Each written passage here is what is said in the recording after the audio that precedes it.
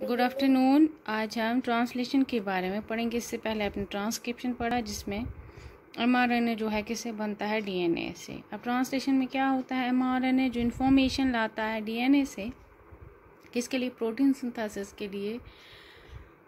वो प्रोसेस जिसमें mRNA वही न्यूक्लियोटाइड सीक्वेंस जो DNA से लाता है और उसको किसको देता है, प्रोटीन्स को, किसके लिए, प्रोटीन्स बनाने के लिए किसको देता है, राइबोसोम्स को देता है। उस प्रोसेस को क्या बोलते हैं, ट्रांसलेशन बोलते हैं।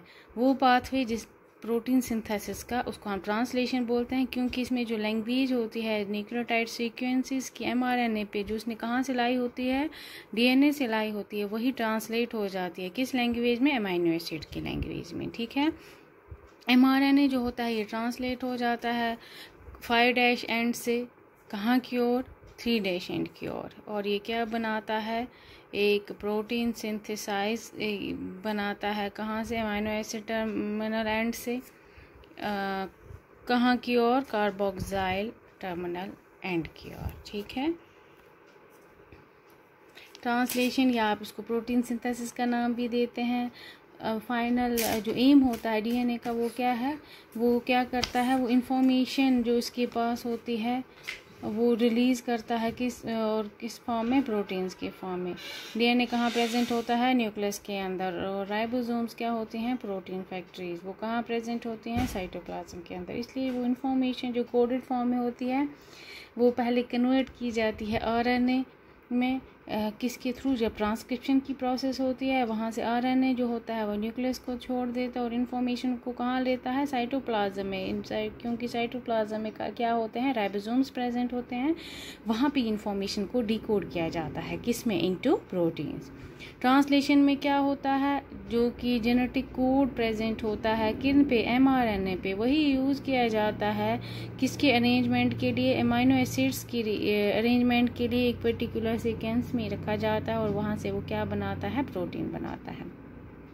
ट्रांसलेशन में क्या होता है, 4 लेटर लैंग्वेज जो DNA की है, डीऑक्सीराइबोन्यूक्लियोटाइड्स हैं, वो कन्वर्ट की जाती है राइबोसोम की लैंग्वेज में, राइबोन्यूक्लियोटाइड्स में कन्वर्ट, कब, ट्रांसक्रिप्शन में, और वहाँ से वो ट्रांसलेट हो जाती है किस में, 20 लेटर लैंग्वेज प्रोटीन्स की, जो कि क्या होते हैं, 20 अमाइनो एसिड्स प्रेजेंट होते हैं। प्रोसेस ऑफ ट्रांसलेशन जो है ये कहाँ होती है, सेल के ही अंदर होती है, एक स्टेप वाइज मैनर में होती है। इसके मेन स्टेप्स क्या है, पहले क्या किया जाता है, एक्टिवेट किया जाता है अमाइनो एसिड को। अमाइनो एसिड कहाँ प्रेजेंट होता है, ये सेल के अंदर प्रेजेंट होते हैं, वहाँ पे ये ATP मॉलिक्यूल के साथ एक्टिवेट कैसे होते हैं अमाइनो एसिड ATP के साथ बाइंड करते हैं सेल के अंदर ही, किसके, एंजाइम के प्रेजेंस में, जिसको हम अमाइनो एसिड tRNA सिंथेटेज बोलते हैं। जब ये उसके साथ जोड़ता है और ये क्या बनाता है, एक amino acid AMP means monophosphate बनाता है, और वहाँ से ये जब फॉस्फेट मोनो हो जाता है तो वहाँ पे पायरोफॉस्फेट रिलीज हो जाते हैं। यहाँ पे एक और tRNA सिंथेटेज एंजाइम हर एक अमाइनो एसिड के लिए अलग से amino acid RNA synthetase enzyme होता है। ये क्या बनाता है, फिर ये कम्प्लेक्स बनाता है जिसको हम amino acid AMP enzyme complex बोलते हैं, और ये ऐसे क्या हो जाता है, एक्टिवेट हो जाता है। आप याद रखेंगे एक्टिवेशन के लिए एंजाइम ज़रूरी होते हैं अमाइनो एसिड के, जिसको हम अमाइनो एसिड DRA सिंथेटेज बोलते हैं, और हर एक अमाइनो एसिड के लिए separate amino acid tRNA synthetase होता है, और फिर ये जो कम्प्लेक्स बनाता है उसको हम amino acid AMP enzyme complex बोलते हैं। इससे एक्टिवेट हो जाता है अमाइनो एसिड। ठीक है, दूसरा क्या होता है, चार्जिंग ऑफ tRNA क्या होता है, ट्रांसफ़र RNA, इसका काम है ट्रांसफ़र कराना। ठीक है, उस लैंग्वेज को लाना राइबोसोम तक। यहाँ पे ये जो अमाइनो एसिड AMP कम्प्लेक्स बनता है, ये अमाइनो एसिड के साथ बाइंड करता है कहाँ पे, tRNA में अमाइनो एसिड बाइंडिंग साइट होती है, जो कि आपने क्लोवर लीफ में पढ़ा, एक एंटीकोडॉन साइट होती है, एक H लूप, एक D लूप, एक T लूप, और उसके अपोजिट में एक 3' एंड पे होता है बाइंडिंग साइट जहाँ पे अमाइनो एसिड क्या करता है, बाइंड करता है और ये बनाता है TRN अमाइनो एसिड कॉम्प्लेक्स बनाता है। यहाँ पे क्या होता है, जो एंजाइम होता है अमाइनो एसाइल TRN सिंथेसिस, ये क्या करता है, ये कैटालाइज करता है और ये क्या करता है, यहाँ पे भी ये रिलीज़ हो जाता है किसके साथ, AMP के साथ। किसके साथ रिलीज़ होता है, AMP के साथ रिलीज़ होता है। फिर थर्ड स्टेप में हमें एक्टिवेट, पहले तो हमने क्या अमाइनो एसिड एक्टिवेट किया, उसके बाद TRNA हो गया, फिर उसके बाद हमें राइबोसोम को एक्टिवेट करना है। राइबोसोम का काम है प्रोटीन्स को बनाना, उसको एक्टिवेट कैसे करते हैं, राइबोसोम जो होते हैं ये फैक्ट्रीज होती हैं प्रोटीन सिंथेसिस के लिए, इसको भी एक्टिवेट करना पड़ता है। एक्टिवेशन के लिए राइबोसोम में 2 यूनिट होते हैं, एक लार्जर सब यूनिट, एक स्मॉलर सब यूनिट होते हैं। इन दोनों को जोड़ा जाता है किसके हेल्प से, mRNA के हेल्प से। mRNA जो होता है वो पहले स्मॉल सब यूनिट के साथ ज्वाइन करता है, कैसे, उसमें बेस पेयरिंग होती है। फिर उसके बाद लार्जर सब यूनिट जो होता है वो किसके साथ ज्वाइन करता है, स्मॉल, फिर वो स्मॉल के साथ, और क्या बनाता है, एक्टिव राइबोसोम। देखिए राइबोसोम क्या होते हैं, ये लार्ज प्रोटीन कम्प्लेक्सेस होते हैं और इनमें rRNA प्रेजेंट होता है। 2 सब यूनिट होते हैं, एक लार्ज और एक छोटा। उनका साइज जो होता है वो किसकी टर्म पे बेस, क्योंकि हम S किस लिए लिखते हैं, S का मतलब होता है स्वीडबर्ग वैल्यू, या उसको हम सेगमेंटेशन कोफिशिएंट भी बोलते हैं। हम S वैल्यू कैसे डिटरमाइन करते हैं, जब हम उसकी शेप और मॉलिक्यूलर मास देखते हैं, ठीक है। फिर प्रोकैरियोट्स में क्या होते हैं, 50S और 30S राइबोसोमल सब यूनिट होते हैं। ये क्या बनाते हैं, ये राइबोसोम बनाते हैं, जिसके देखो 30 + 50S राइबोसोम्स जो होते हैं ये 70S राइबोसोम बनते हैं इन केस ऑफ प्रोकैरियोट्स, ठीक है। यूकैरियोट्स में आपने देखा है राइबोसोम जो होते हैं वो 80S होते हैं। यही देखिए स्ट्रक्चर राइबोसोम का कैसा है, एक हैवी सब यूनिट होता है और एक लाइट सब यूनिट होता है, ठीक है। उसके बाद क्या होता है, पहले तो एक्टिवेट आपने अमाइनो एसिड किया, फिर उसके बाद TRNA को एक्टिवेट किया, उसके बाद आपने थर्ड आपने एक्टिवेट किसको किया, राइबोसोम को। उसके बाद फॉर्मेशन ऑफ पॉलीपेप्टाइड कैसे होती है, ये 3 स्टेप्स में होती है, एक इनिशिएशन और इलॉन्गेशन और थर्ड इसमें टर्मिनेशन आता है। इनिशिएट कैसे की जाती है पॉलीपेप्टाइड चेन, देखिए पॉलीपेप्टाइड चेन कैसे इनिशिएट होती है। इसके इनिशिएशन के लिए स्टार्ट कोडॉन होता है जो कि 5' एंड पे प्रेजेंट होता है, ठीक है ना। mRNA चेन के प्रेजेंट होता है उस पर, ये mRNA चेन है, देखिए mRNA चेन जो है इस पर प्रेजेंट होता है। इनिशिएटर कोडॉन वो क्या है, AUG है, ठीक है ना। अच्छा, इनिशिएशन कोडॉन जो होता है ये P साइट पे प्रेजेंट होता है। मैं आपको P साइट होती है, राइबोसोम में 3 साइट होती हैं, P होती है। अच्छा, फिर ऐसे ही आप क्या देखेंगे, जो P साइट है वो पेप्टिडाइल साइट है राइबोसोम की, और वो किसके लिए करती है कोड, मिथोनिन के लिए, ठीक है ना।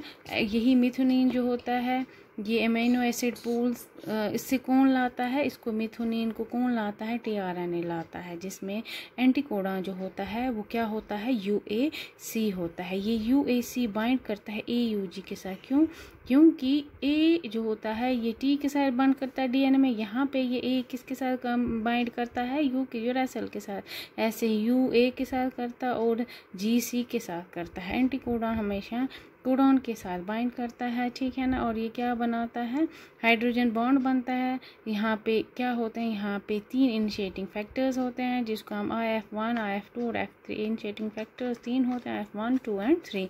और यहाँ पे GTP प्रेजेंट होता है। दूसरी साइड जो होती है उसको हम A साइड बोलते हैं। A साइड क्या होती है, अमाइनो एसिड साइड होती है, अमाइनो एसाइल साइट होती है, P और E साइड्स होती हैं, ठीक है ना। फिर उसके बाद क्या होता है, दूसरी A साइड जो अमाइनो एसाइल साइट होता है वो खाली रहती है, क्या कि वो दूसरे TRNA को बाइंड कर सके। ये वो पॉइंट है जहाँ पे लार्जर सब यूनिट जो होता है वो स्मॉल सब यूनिट के साथ ज्वाइन करता है। ये लार्जर सब यूनिट है, ये स्मॉलर के साथ ज्वाइन करता है और क्या बनाता है, एक एक्टिवेटेड कंप्लीट क्या बनाता है, ये क्या बोलते हैं इसको, राइबोसोम बनाता है, ठीक है। उसके बाद आप क्या देखेंगे, A और P साइड क्या होती हैं, A साइड राइबोसोम में 2 साइड्स होते हैं, लीक होती है। किसके लिए? ए साइड जो होती है यहाँ पे अमाइनो एसिड टीआरएनए जो होता है वो कोडॉन को यहाँ लाता है इस साइड पे। यहाँ पे ये नेक्स्ट अमाइनो एसिड को स्पेसिफाई करता है किस किस को ऐड करना है, वो ए साइड का काम होता है। अमाइनो एसिड टीआरएनए साइड जो भी ट्रांसफ़र आरएनए जो भी अमाइनो एसिड लाता है वो कहाँ पे अटैच होता है? ए साइड पे होता है। फिर पी साइड जो दूसरी राइबोसोम पे होती है, ये यहाँ पे पेप्टिडाइल टीआरएनए साइट होती है। यहाँ पे टीआरएनए कैरी करता है चेन को, जहाँ जो ऑलरेडी चेन बन जाती है वो उसको पी साइड पे लाया जाता है। ई साइड वो होती है, ये भी खाली होती है। और आरएनए यहाँ पे क्या होता है? यहाँ पे टीआरएनए उस राइबोसोम को छोड़ जाता है, एग्जिट साइड जिसको बोलते हैं। ठीक है, अच्छा ये देखिए आप यहाँ पे ये छोटा 30S और 50S है। ये A site peptidyl amino acid site, peptidyl site और एग्जिट साइट होती है। यहाँ पे mRNA जो होता है यहाँ पे 30 छोटे स्मॉल यूनिट के साथ ये बाइंड होता है। ठीक है ना, ऐसे ही जैसे जैसे चेन बढ़ती जाती है यहाँ से ये एग्जिट कर जाती है। Growing peptide chain amino acid A site से लाता है ट्रांसफर आरएनए, फिर पी पे ले जाता है और एग्जिट साइड से वो बाहर निकल जाती है चेन बन के। ठीक है, फिर इलोंगेशन कैसे होती है पॉलीपेप्टाइड चेन के? जो भी ट्रांसफ़र आरएनए मॉलिक्यूल है जिसमें अमाइनो एसिड है वो राइबोसोम पे कहाँ आता है? ए साइड पे आता है। ठीक है, वहाँ पे जब उसको कोडॉन मिल जाता है, हाइड्रोजन बॉन्ड बनता है, फिर अमाइनो एसिड मिथोनिन जो होता है वो कहाँ चला जाता है? वो पेप्टाइड बॉन्ड बनाता है। ठीक है ना, फिर उसके बाद वहाँ पे एक एंजाइम होता है जिसको पेप्टिडाइल ट्रांसफरेज बोलते हैं। फिर सेकंड ट्रांसफर आरएनए डाईपेप्टाइड बनाता है। ये ट्रांसफर आरएनए का काम है अमाइनो एसिड्स को चेन बनाने के लिए लाना बाहर से। ठीक है, फिर राइबोसोम जो होता है वो 3 न्यूक्लियोटाइड्स को mRNA के साथ भेज देते हैं आगे की ओर। फिर पहला ट्रांसफर आरएनए जब वहाँ पे दे देता है अमाइनो एसिड, फिर डिसोसिएट हो जाता है और एग्जिट साइड से वो बाहर चला जाता है। ठीक है, और फिर अमाइनो एसिड के वहाँ फिर आता है सेल में, वहाँ से अमाइनो एसिड्स को कैरी करता है। फिर ये क्या करता है? ट्रांसफ़र आरएनए जो डाईपेप्टाइड चेन बनाता है ए साइड पे, वो पी साइड ट्रांसलोकेट हो जाते हैं। इस प्रोसेस को हम ट्रांसलोकेशन बोलते हैं। और एंजाइम जो होता है वहाँ पे ट्रांसलोकेट होता है, वो क्या करता है? वो जीटीपी के हेल्प से एनर्जी लेता है। ठीक है, और वो चेन को आगे आगे बढ़ाता है। ए साइड जब खाली हो जाती है फिर थर्ड mtRNA आता है, वो गैप को पूरा करता है। फिर पेप्टिडाइल ट्रांसफरेज क्या करता है? वो डाईपेप्टाइड को पी साइड से थर्ड tRNA की तरफ ए साइड की तरफ लाता है। फिर से यही ट्रांसफ़र आरएनए जो होता है वो बाहर जाता है mRNA से ई साइड से, फिर एक और अमाइनो एसिड लाता है। धीरे धीरे ट्रांसफ़र आरएनए का काम क्या है? अटैच करना अमाइनो एसिड्स को कहाँ पे? राइबोसोम के ए साइड पे। ठीक है, ये प्रोसेस जो है जहाँ पे चार्ज tRNA जो आता है वो mRNA से पेप्टाइड बॉन्ड फॉर्मेशन करता है और ट्रांसलोकेशन करता जाता है राइबोसोम्स की कहाँ की ओर? Next codon. फिर रिपीट होती है ये प्रोसेस। हर एक ट्रांसलोकेशन के बाद क्या होता है? जो पहले अमाइनो एसिड चेन बनती है वो कहाँ जाती है? वो नई जहाँ पे ट्रांसफ़र आरएनए को बाइंड होता है वहाँ वो शिफ्ट होता जाता है। ऐसे अमाइनो एसिड जो होते हैं वो पेप्टाइड चेन बनाते हैं। ठीक है ना, फिर ये एलोंगेशन जो होती है पेप्टाइड चेन की, वहाँ पे 3 एलोंगेशन फैक्टर्स होते हैं, EFTU, EFTS और EFG। ठीक है, तो उसके बाद ये जो देखिए आप देखो ट्रांसफ़र आरएनए जो होता है इसमें ट्रांसफ़र आरएनए की एक स्पेसिफिक साइट होती है जहाँ पे ये अमाइनो एसिड को बाइंड करता है।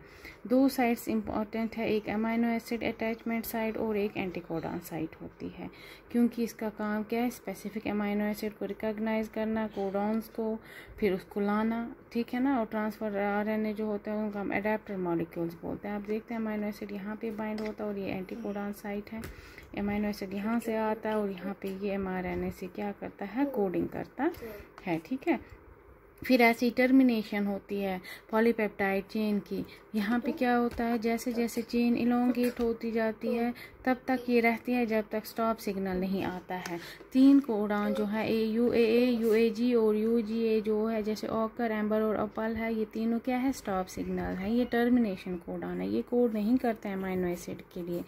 इस पॉइंट पे क्या होता है, जो लिंकेज होती है लास्ट ट्रांसफ़र RNA की और पॉलीपेप्टाइड चेन की, वो टूट जाती है। यही 3 रिलीज फैक्टर्स की वजह से RF1, 2 एंड 3, और वहाँ पे एनर्जी जो है वो GTP से वो लेता है। यहाँ पे एंजाइम कौन सा काम करता है, पेप्टिडाइल ट्रांसफेरेज एंजाइम। यहाँ पे क्या होता है, राइबोसोम भी सेपरेट हो जाता है mRNA से, और फिर से वो डिसोसिएट हो जाते हैं 2 सब यूनिट्स में।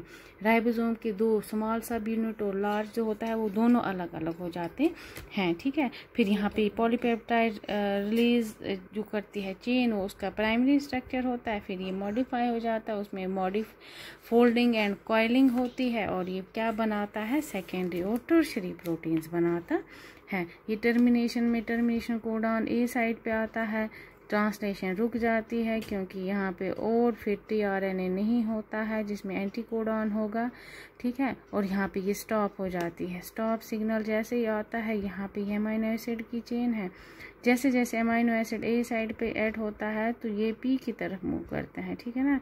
फिर P से ये कहाँ जाते हैं, एग्जिट साइड पे ये बाहर चली जाती है। जैसे ही ये प्रोसेस कंप्लीट होती है तो mRNA भी निकल जाता है और इनकी क्या हो जाती है, ब्रेकेज। ये एक लॉन्ग चेन बनती है किसकी, जिसको हम पेप्टिडाइल, ये पॉलीपेप्टाइड चेन बोलते हैं। ये सब क्या है, TPR, ये अमीनो एसिड्स हैं। ये चेन जो है पॉलीपेप्टाइड चेन है और इसी से क्या बनती है, प्रोटीन बनती है। जैसे ही यहाँ पे स्टॉप सिग्नल आ जाता है, यहाँ पे इसकी टर्मिनेशन हो जाती है पॉलीपेप्टाइड चेन का। ऐसे ये क्या बनाती है, प्रोटीन बनाती है। ये 2 सब यूनिट है, इनका भी ब्रेक डाउन हो जाता है, ठीक है।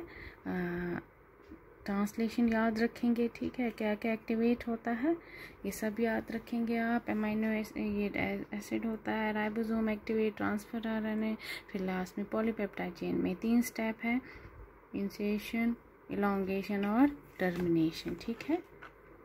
Thank you.